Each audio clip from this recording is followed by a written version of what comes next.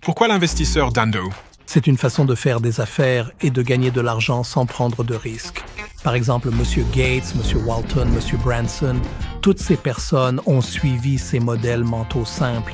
Donc, s'ils gagnaient gros, et s'ils perdaient, ils ne perdaient rien. Alors je veux tout savoir. D'accord, commençons par ceci. Monish Pabrai est un millionnaire autodidacte qui a fondé l'une des sociétés d'investissement les plus respectées au monde, gérant plus d'1 milliard de dollars. Et maintenant, il nous donne les outils et cadres simples pour créer une richesse qui change la vie. Si les humains comprenaient que s'ils se lançaient dans une entreprise dans un format où le risque est proche de zéro, plus de gens le feraient, et c'est ce que font ces modèles mentaux. Par exemple, le clonage. On nous apprend que si l'on veut créer une entreprise, il faut inventer quelque chose de nouveau. Mais en réalité, si vous êtes un excellent cloneur, vous aurez 90% d'avance sur le reste de l'humanité. Et en fait, tout ce que Microsoft a bien réussi provient d'avoir copié quelqu'un d'autre à l'extérieur. Et puis il y a le temps. Quand vous lancez une entreprise, ne quittez pas votre emploi de jour parce qu'un autre zigoto paie votre loyer.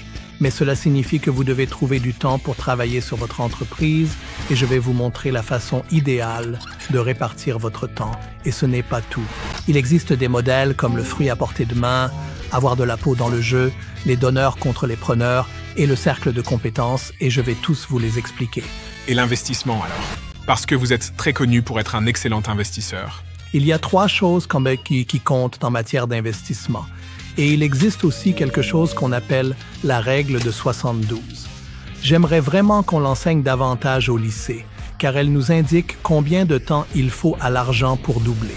Maintenant, c'est passionnant.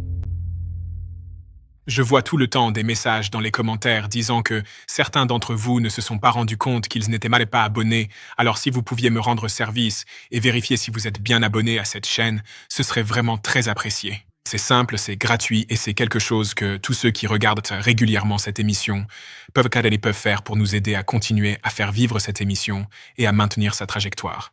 Alors, s'il vous plaît, vérifiez bien si vous êtes abonné et merci beaucoup parce que d'une certaine manière, vous faites partie de notre histoire, vous partagez ce parcours avec nous et je vous en suis reconnaissant. Donc oui, merci.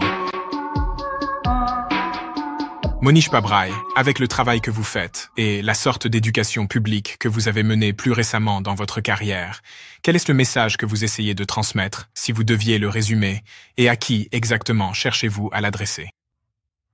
Cela dépend vraiment, entièrement et complètement du message que vous souhaitez faire passer. Il y a quelques modèles mentaux différents que j'ai découverts au cours des dernières décennies.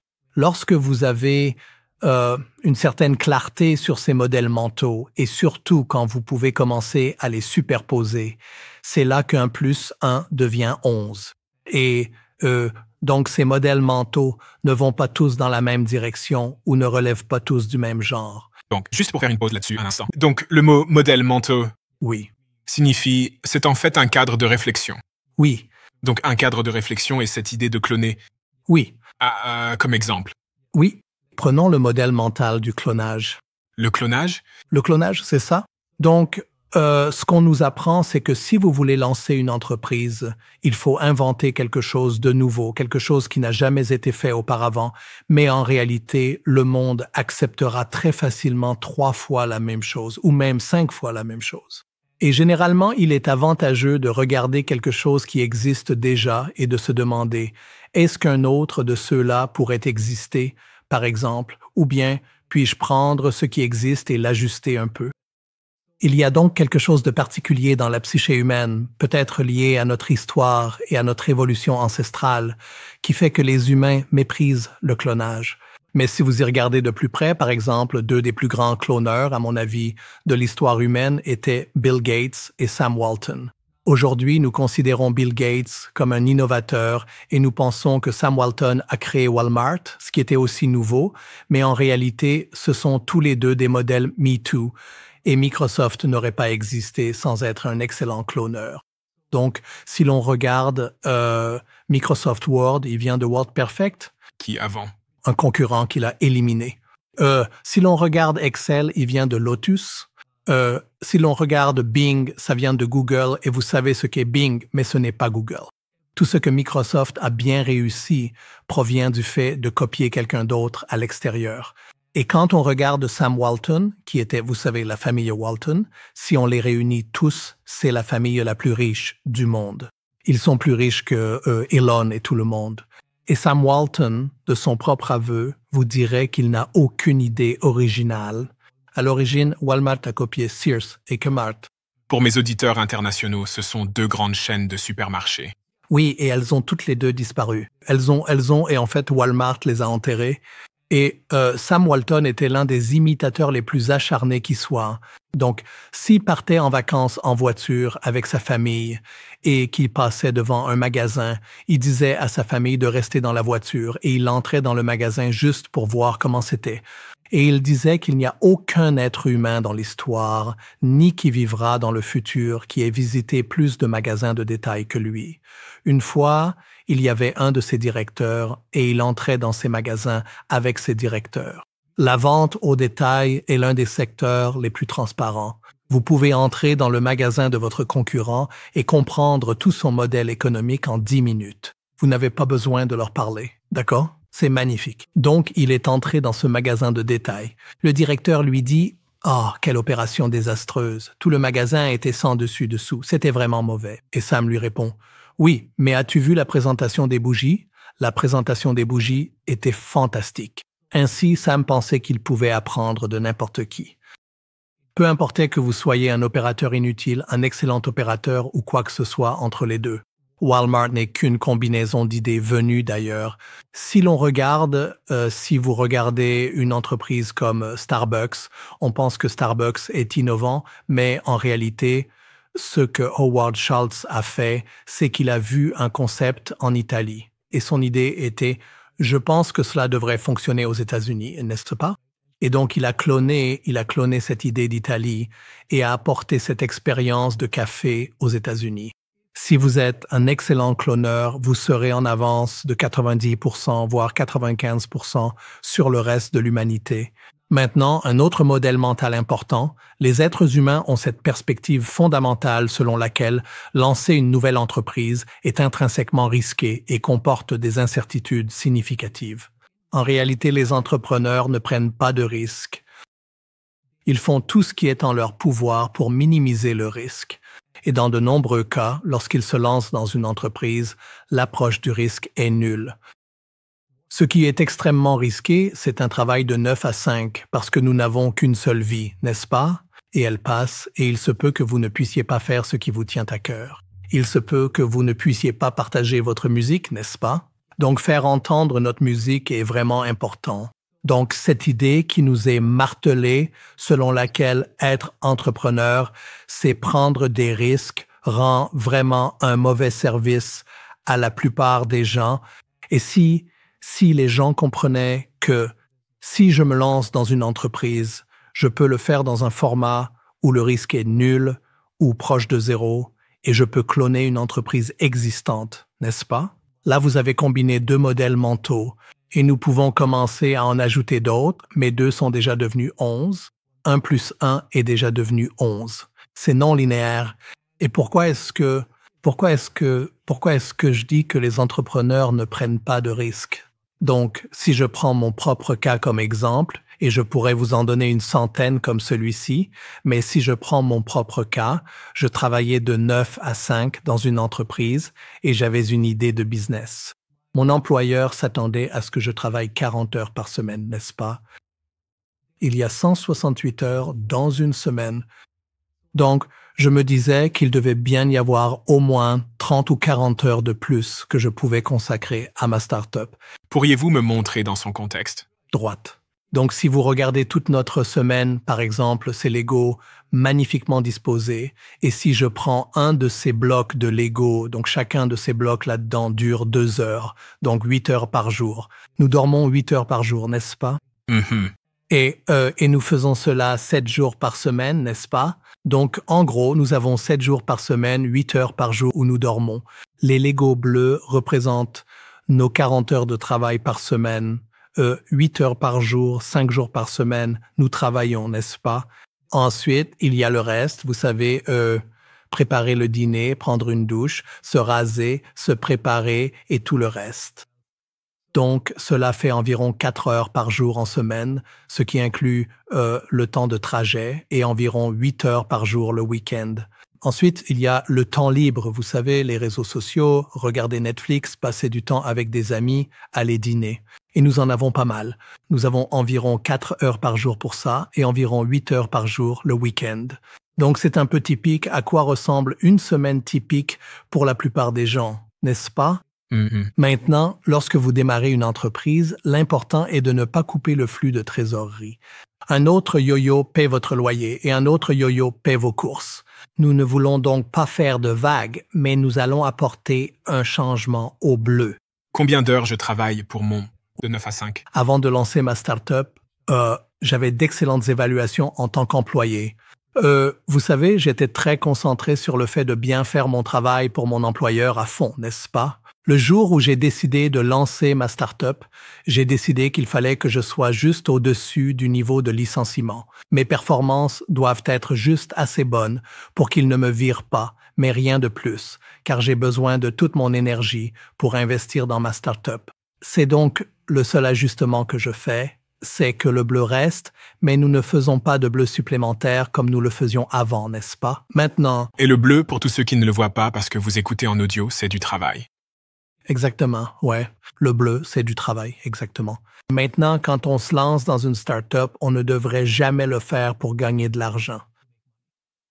C'est la pire raison de créer une entreprise. Le but d'une entreprise n'est pas de gagner de l'argent. Le but d'une entreprise, c'est d'offrir un produit ou un service incroyable à l'humanité. Si tu fais ça, l'argent viendra en conséquence. Ça arrivera. On n'a pas besoin de se concentrer là-dessus. Donc, ce que nous cherchons, c'est avons-nous un produit ou un service auquel nous pensons que nous pourrions apporter dans ce monde et qui va l'améliorer d'une certaine manière? Comment savoir si c'est une bonne idée? Quelle que soit l'idée que tu as trouvée, elle ne va pas marcher. D'accord? Parce que tu l'as trouvée, cette idée, dans une sorte de tour d'ivoire bien ancrée dans ta propre tête, d'accord? Et ce n'est pas vraiment le meilleur endroit pour trouver de grandes idées. Ce qui va se passer, c'est que nous allons faire ce que j'appelle du prototypage rapide. C'est-à-dire que nous prenons cette idée et nous la montrons à des humains pour voir ce que c'est. Et quand tu la montres à des humains, tu obtiens des retours. Donc, peut-être que je vais l'expliquer de façon plus concrète. Quand j'ai lancé ma première entreprise, c'était censé être une entreprise de services informatiques, d'accord? Des services en technologie de l'information. Et j'allais fournir ces services à de très grandes entreprises, des sociétés qui, vous savez, génèrent 1 milliard de dollars ou plus de revenus ou de flux de trésorerie. J'étais en réunion avec un responsable informatique d'une très grande banque à Chicago et je leur présentais mon diaporama PowerPoint. Je suis arrivé à la 10e diapositive, j'ai fait mon discours, puis je suis passé à la diapositive 11. Alors le patron qui était assis à la réunion a dit « Revenez à la diapositive 10 ». Donc, je suis revenu à la diapositive 10, j'ai de nouveau fait mon discours prévu pour la diapositive 10, puis je suis passé à la 11. Il a dit « Revenez à la diapositive 10 et ne changez pas de diapositive. Je ne m'intéresse à aucune autre diapositive. » D'accord? Donc, je suis revenu à la diapositive 10. Et tout ce qu'il voulait, c'était parler de ce qu'il y avait sur la diapositive 10. Ma présentation portait sur 7 choses que nous pouvions faire. La diapositive 10 était l'une de ces 7 choses. C'était un point de douleur extrême pour lui. Il avait besoin d'aide sur ce point précis. Il n'avait pas besoin d'aide pour toutes les autres choses sans importance dont je parlais. Donc, quand vous lancez une start-up, vous devez écouter très attentivement. Vos clients ou clients potentiels vous diront exactement ce que vous devez faire.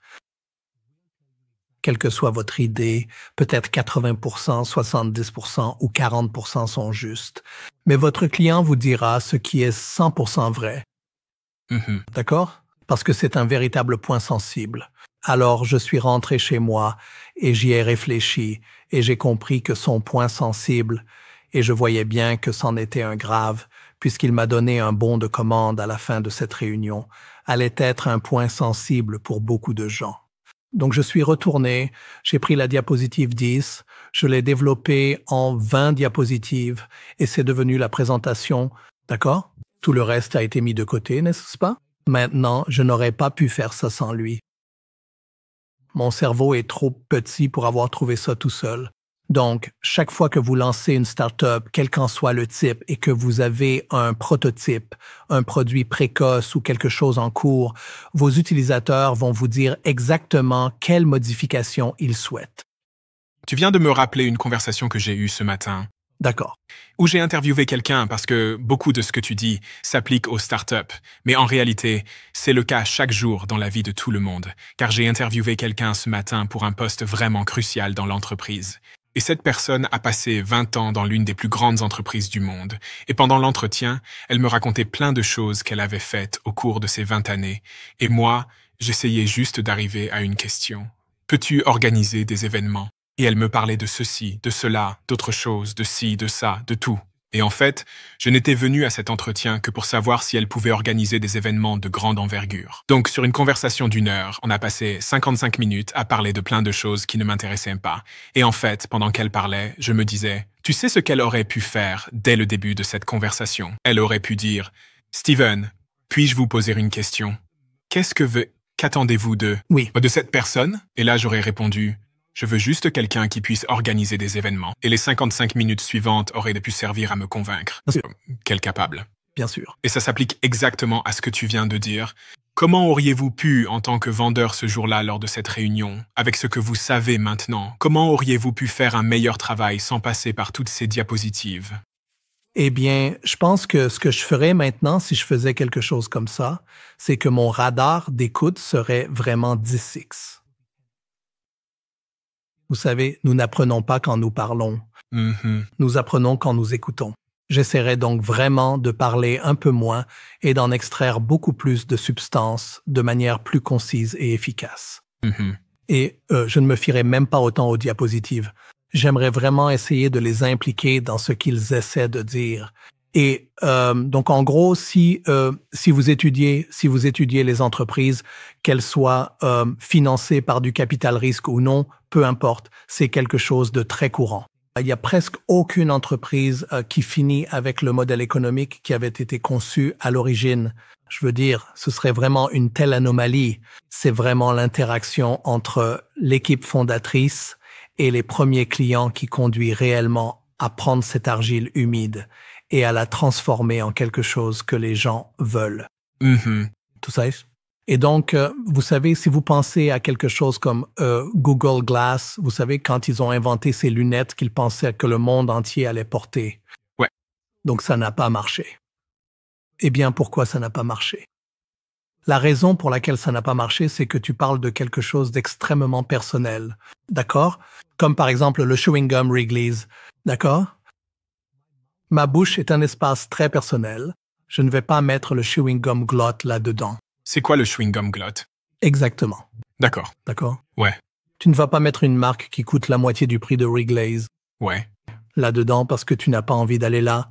Cela ne vous intéresse pas. Donc, lorsque nous portons des lunettes ou des lunettes de soleil ou quoi que ce soit d'autre, c'est très personnel. Donc, l'ergonomie et les facteurs humains sont très importants. S'ils sont légèrement décalés maintenant, Meta essaye de faire la même chose, mais ils sont allés chez Ray-Ban, n'est-ce pas? Ils ont fait une collaboration avec Ray-Ban. Ces lunettes ressemblent à des lunettes normales. Je pense qu'il y a plus de chances. Bien, j'en ai quelques. D'accord. Je les utilise, oui. Vous n'avez pas de Google Glass? Non. Je pense qu'ils ont coupé le projet Google Glass. Ouais. Donc, ce que j'essaie de dire, c'est que nous devons accorder une attention toute particulière aux clients. Je veux dire, Steve Jobs avait raison, le client ne sait pas ce qu'il veut. D'accord? Mais si vous le leur présentez, ils peuvent désormais le modifier et vous dire exactement ce qu'ils veulent. Right? Donc cela, et c'est un autre modèle mental qui est, maintenant nous arrivons au troisième modèle, qui est que vous n'êtes pas assez intelligent. Quelle que soit l'équipe fondatrice que vous avez, elle n'est pas assez intelligente pour comprendre ce que les gens veulent. Point final.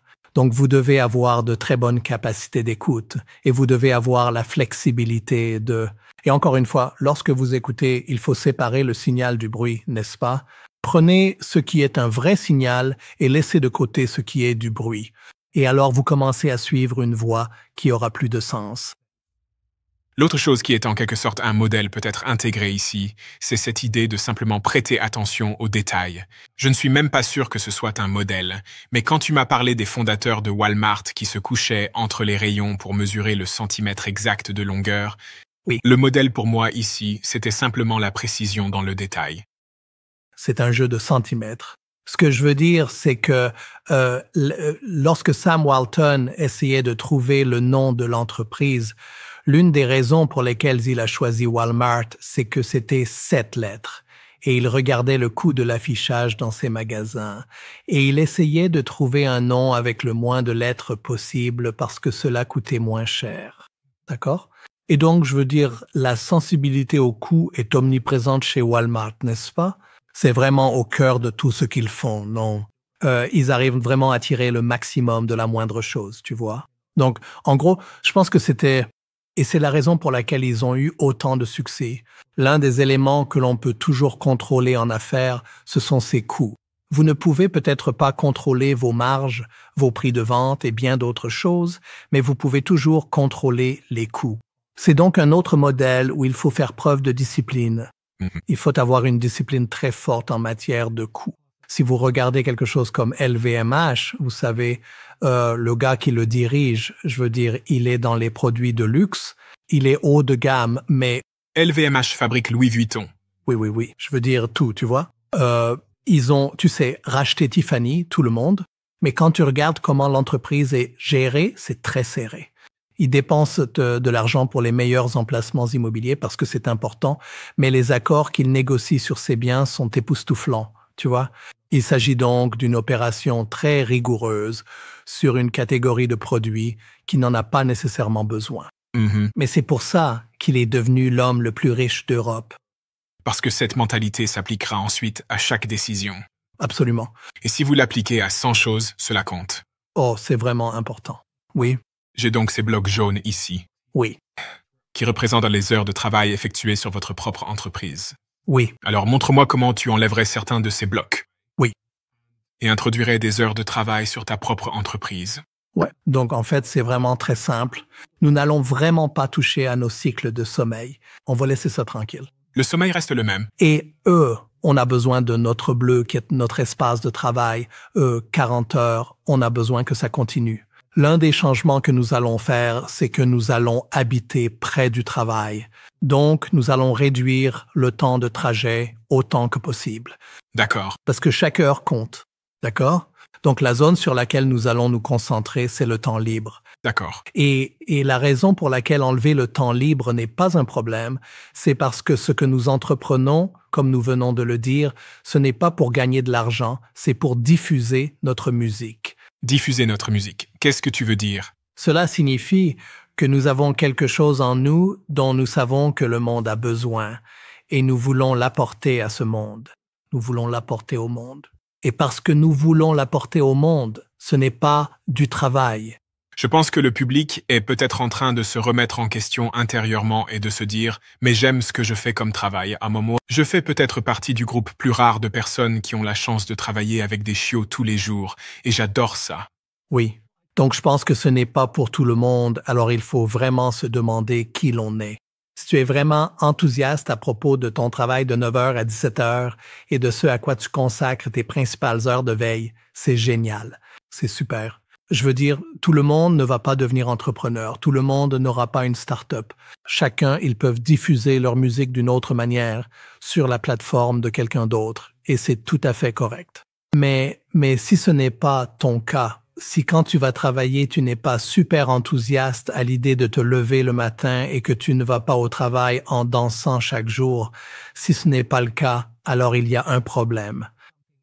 Et tu dois te demander, est-ce qu'il y a autre chose qui te passionne que tu aimerais faire?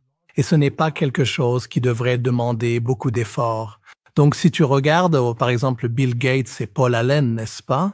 Je veux dire, Bill Gates est à Harvard et il voit un magazine qui présente un tout premier ordinateur personnel, et il se rend compte qu'il y a un changement de paradigme, et il se rend compte qu'il doit en faire partie. Et c'est Paul Allen qui lui a envoyé ce magazine, et il a dit à Bill, « On doit faire ça maintenant, c'est notre moment, maintenant. » Et pour Bill, c'était une décision très facile, vraiment très facile, très difficile pour ses parents. Ses parents étaient sous le choc qu'il allait abandonner son diplôme. Et vous savez, il a dit à ses parents, « Ne vous inquiétez pas, je vais revenir et je finirai mon diplôme. » Et plusieurs décennies plus tard, Harvard lui a décerné un diplôme honorifique. Et ses parents étaient dans le public et il leur a dit « Je vous avais dit que je reviendrai. » Pour le finir, ce n'est-ce pas? Pour donner quelques chiffres, 12% des personnes, selon les statistiques qui nous écoutent en ce moment, sont explicitement insatisfaites de leur travail, ce qui signifie qu'elles le détestent. 85% des travailleurs dans le monde sont désengagés, ce qui veut dire qu'ils ne sont pas pleinement investis ou heureux au travail. C'est donc un nombre énorme de personnes. Plus de la moitié des travailleurs américains sont au moins quelque peu satisfaits, mais l'engagement reste préoccupantement faible. Donc, si l'on regarde ce chiffre de 85%, 85% des travailleurs dans le monde sont désengagés, c'est-à-dire qu'ils ne sont pas pleinement investis ou heureux au travail. Donc, ce sont vraiment ces Bien sûr. personnes. Et le fait est que ce n'est pas suffisant d'être simplement malheureux au travail. C'est un aspect du problème.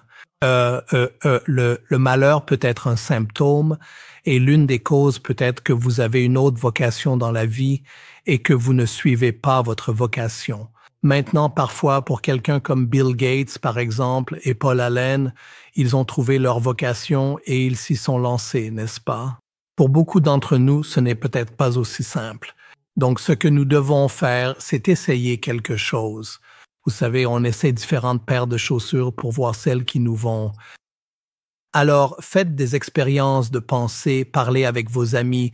Dites par exemple, « D'accord, je suis chauffeur UPS, c'est ce que je fais, et j'aime vraiment jouer de la guitare, ou j'aime fabriquer ces figurines artistiques ou autre chose chez moi, peu importe, n'est-ce pas? » Donc, il faut que tu découvres quelle est ta vocation. Et je ne suis probablement pas la meilleure personne pour te dire comment trouver ta vocation. Peut-être qu'un autre de tes invités pourra les aider. Penses-tu que tout le monde a une vocation? Oui, je veux dire, je pense que nous sommes tous des enfants uniques de Dieu, et je crois que nous avons tous une musique en nous que nous voulons exprimer. Et savoir ce que c'est et réussir à l'exprimer n'est peut-être pas la chose la plus facile, mais c'est un parcours qui vaut la peine d'être entrepris, n'est-ce pas? Donc, on ne peut pas faire ça simplement parce qu'on est insatisfait, et on ne peut pas non plus le faire juste parce qu'on veut gagner de l'argent et devenir riche. Il faut qu'on ait quelque chose dont on pense que le monde pourrait être intéressé. Et vous savez, dans mon cas, j'avais suivi cette séance avec quelques psychologues industriels, et ils m'ont dit « Monish, tu aimes jouer, tu es un joueur. » Et en fait, ils n'auraient pas pu être plus justes. Donc, quand je faisais ma start-up, je suis quelqu'un de chiffres et de mathématiques. Donc, en fait, ça me plaît. Donc, ce que je faisais, c'est que, comme je n'avais pas d'argent, j'envoyais 200 lettres par semaine aux responsables informatiques de 200 entreprises différentes. Mais ce que je faisais, c'est que toutes ces personnes à qui j'envoyais cette lettre avaient un filtre, une secrétaire, etc., dont le travail était de ne rien laisser passer. Et tout mon objectif était, il faut que cette lettre passe, elle doit franchir le filtre. Donc j'utilisais MailMerge qui produisait ces lettres en masse, mais elles